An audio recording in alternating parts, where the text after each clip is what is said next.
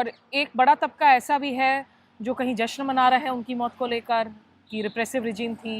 एक बड़ा तबका वो है जो ईरान के अंदर मॉर्निंग कर रहा है, इस्फहान से लेकर तेहरान तक। आप ईरान को उन्होंने कैसे बदला उनके रिजीम में, उसको आप कैसे देखते हैं? सबसे पहले आप देखें कि इस खित्ते के अंदर जितनी भी सरकारें हैं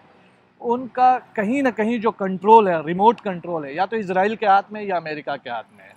इन 40-47 सालों में जब से रिवोल्यूशन आया है,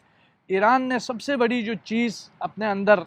पैदा की वो ये कि खुद एतमादी, सेल्फ रिलायंस अपने अंदर पैदा किया। जो भी डिसीजन लेते थे वो आज़ादाना खुद ही लेते थे और किसी बैरूनी दबाव या बैरूनी प्रेशर को जो है वो कभी एक्सेप्ट नहीं करते थे। तो आयतुल्लाह खामेनी ने सबसे बड़ी चीज़ जो ईरान के अंदर की कि ईरान के लोगों को आज़ादी का दर्स दिया और जो एक सॉवरेन नेशन को होना चाहिए वो सॉवरेनिटी अपनी जो है मजबूत और कायम और दायम रखी। दूसरी बात, पूरी दुनिया में पूरी दुनिया ने फ़लस्तीन के कज़िये को तकरीबन भुला चुके थे। फ़लस्तीन आलमोस्ट मुस्लिम नेशंस के जहन से भी उतर चुका था और इस फ़लस्तीन के कॉज को अगर किसी ने ज़िंदा रखा वो ये इस्लामिक रेवोल्यूशन था और आयतुल्लाह खामेनी था, जिन्होंने हर महाज पे, और आज जो किलिंग हुई है वो इसी जुर्म में हुई है कि उन्होंने गज़ा के बच्चों के लिए आवाज़ उठाई, उन्होंने गज़ा के लोगों के लिए हमेशा खड़े रहे। और जो आलोचकों की बात की उनका भी यही एक रहता था कि हम गज़ा के लिए क्यों मरें, हम गज़ा के लिए क्यों लड़ें। तो चूँकि